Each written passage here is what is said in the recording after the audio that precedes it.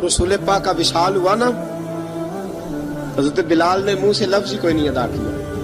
کسی نے اپنا دکھڑا کسی انداز میں سنا لے. حضرت عمر نے کہا، جس نے کہا حضور وصال کر کے گردن اڑا دوں گا. حضرت عثمان غنی نے کہا، خبردار کوئی مجھے آ کے نہ بتائے کہ مصطفیٰ وصال کر گئے. حضرت علی المرتضیٰ رضی اللہ تعالیٰ عنہ نے فرمایا، نہ بھائی میرے مصطفیٰ پر تو موت آتی ہی نہیں جس طرح آپ لوگوں پہ. سب لوگوں نے اپنے اپنے اظہار کر لیے نا، بلال نے کسی کو دکھ بتایا ہی نہیں. ایک کونے میں بیٹھ کے نا حضرت بلال اکیلے آنسو بہاتے رہے، کسی کو بتایا ہی نہیں، اکیلے روئے. ایک شخص کہنے لگا، یار بلال بولتا نہیں. کہا نہ بلاؤ اسے.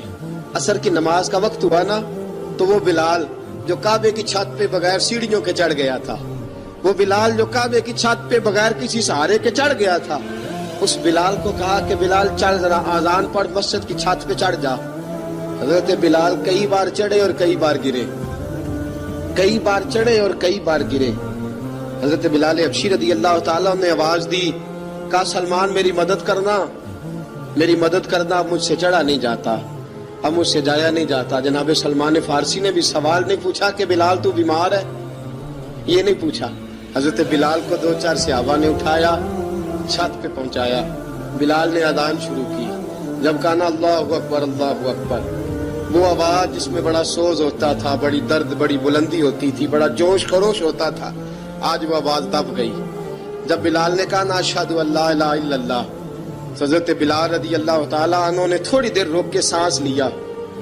جب کہا نا اشہد ان محمد الرسول اللہ، جو سارے چپ کھڑے تھے نا، ان میں سے ایک بابا رو پڑا، اس کا نام ابو بکر صدیق تھا.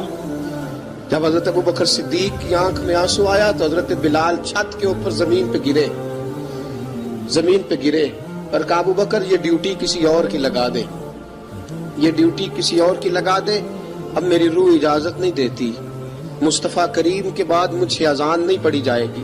آپ نے واقعہ سن رکھا ہے کہ ایک بار صحابہ نے بلایا، دوبارہ آئے، حضور خواب میں ملے. کہا بلال تو آتا کیوں نہیں؟ بلال چھوڑ کے چلے گئے تھے. فرمایا اب میرا یہاں دل نہیں لگتا. ملک شام کے شہر حلب میں چلے گئے تھے، چھوڑ دیا تھا مدینہ منورہ. اب میری نگاہوں میں جچتا نہیں کوئی، جیسے میرے محبوب ہیں ایسا نہیں کوئی. حضور خواب میں ملے، آئے مدینے. حضرت بلال آخری بار، لوگوں نے کہا اذان پڑھو. کہا مجھے وہ اذان بھول ہی گئی ہے جو مجھے مصطفیٰ کریم کے زمانے میں پڑھا کرتا تھا، مجھ سے نہیں پڑھی جاتی. نہ مجھے کہو، میں کیسے پڑھوں؟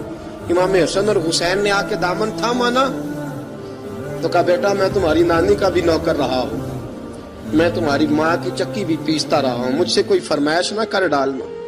میں نے نوکری کی ہے اور مجھے اگر اللہ نے توفیق دی تو میں تمہارے بچوں کے پیر بھی دھویا کروں گا.